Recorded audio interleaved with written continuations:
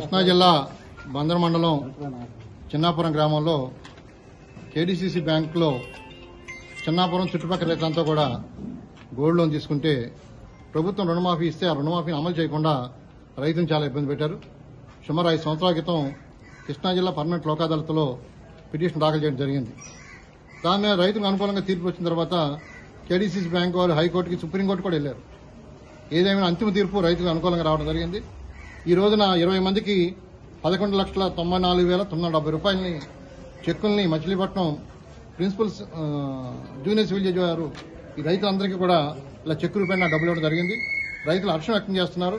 ఎందుకంటే రైతులకు న్యాయం జరిగింది. ఎప్పుడు కూడా న్యాయస్థానం నమ్మకం వాళ్ళకి ఎప్పుడు కూడా అన్యాయం జరగలేదని అనడానికి ఇది ఒక ఉదాహరణ. మరి గతంలో అన్యాయం జరిగినా ఇవాళ అంతిమంగా రైతులందరూ కూడా మొత్తం చెక్కును తీసుకుని కోర్టు నుంచి హర్షం వ్యక్తం చేస్తున్నారు. కాబట్టి ఏ ప్రభుత్వం కానీ ఏ బ్యాంకులు కానీ రైతులు మోసం చేయొద్దు.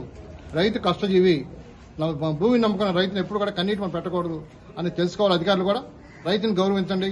న్యాయస్థానం తీర్పును అమలు చేయాలని బాధ్యత మీ మీద ఉంది. దానికి ఇవాళ తాజా ఉదాహరణగా చిన్నాపురంలో కేడీసీ బ్యాంక్ వారు ఈ 12 లక్షల రూపాయల చెక్కుల్ని దాదాపు 20 మంది రైతులకి అందజేయడం జరిగింది.